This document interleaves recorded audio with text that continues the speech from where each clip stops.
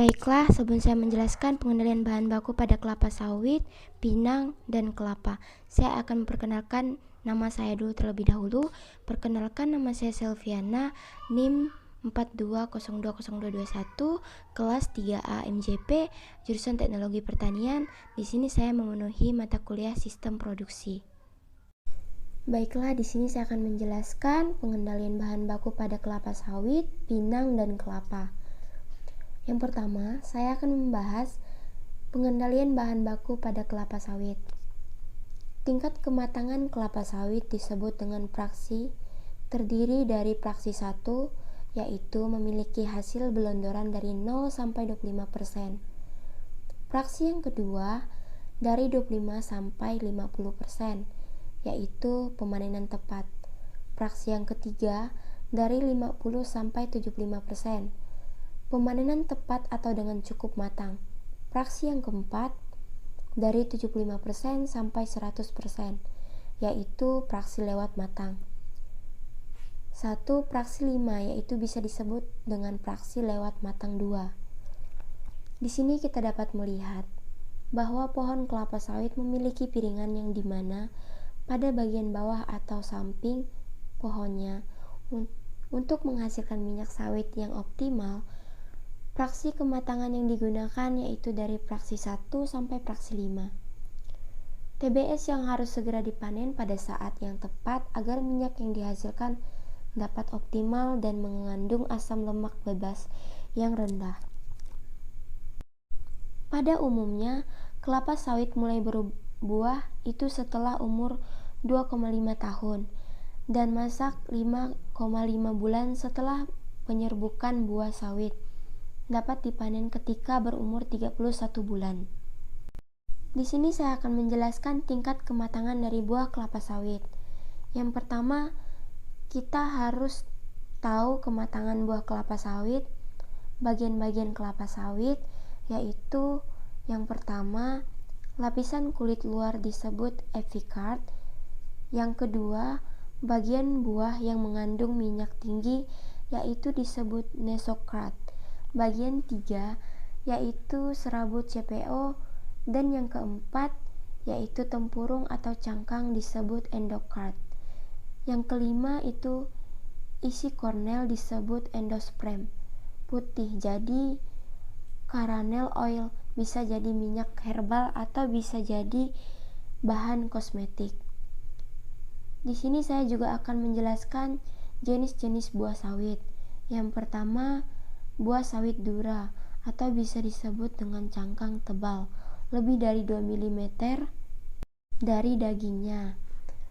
Buah dura juga cenderung tipis, sementara daging bijinya besar dengan kandungan minyak rendah. Yang kedua, jenis buah sawit Pisipera, sangat tipis dan tidak kelihatan jenis buah sawit.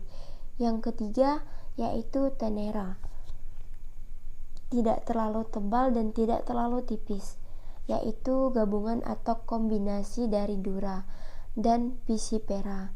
Dan juga ada tandan Pisipera, itu sangat kecil. Baik, hanya itu tadi pembahasan dari pengendalian bahan baku kelapa sawit. Saya akan melanjutkan pengendalian bahan baku pinang. Pengendalian bahan baku pinang. Pinang adalah salah satu tanaman jenis monokotil tergolong palem-paleman.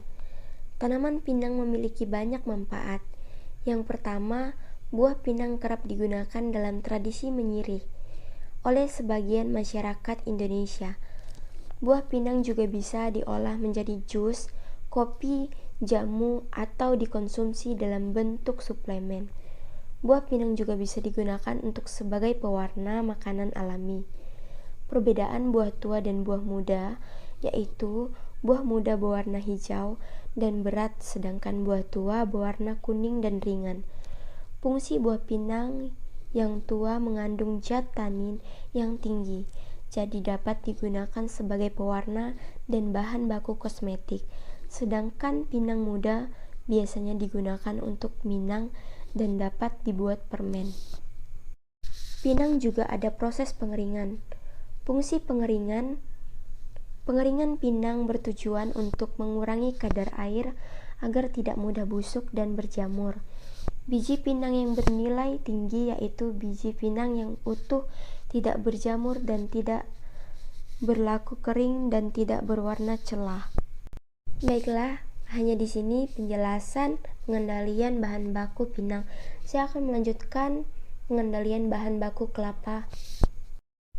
Pengendalian bahan baku kelapa. Kelapa adalah termasuk komoditas perkebunan buah. Kelapa terdiri dari beberapa bagian, yaitu kulit luar yang disebut epikrat, yang kedua biasa disebut mesokrat, yang ketiga tempurung yang biasa disebut endoskrat, yang keempat kulit daging buah yang biasa disebut testan, dan yang kelima daging buah yang biasa disebut endosperm, air kelapa dan lembaga. Buah kelapa juga memiliki beberapa jenis, yaitu jenis-jenis buah kelapa. Yang pertama ada kelapa hijau, merupakan jenis kelapa yang memiliki dasaran warna kulit buah yang hijau mencolok.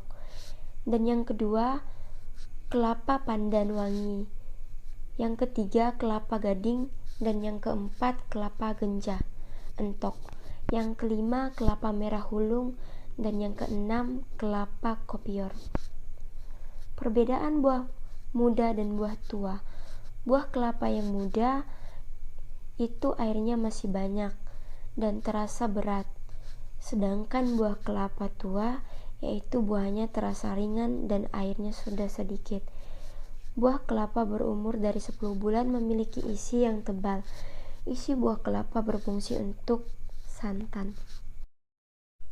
Mungkin hanya itu yang bisa saya sampaikan terkait dengan pengendalian bahan baku kelapa sawit, pinang, dan kelapa. Saya ucapkan terima kasih, semoga bermanfaat.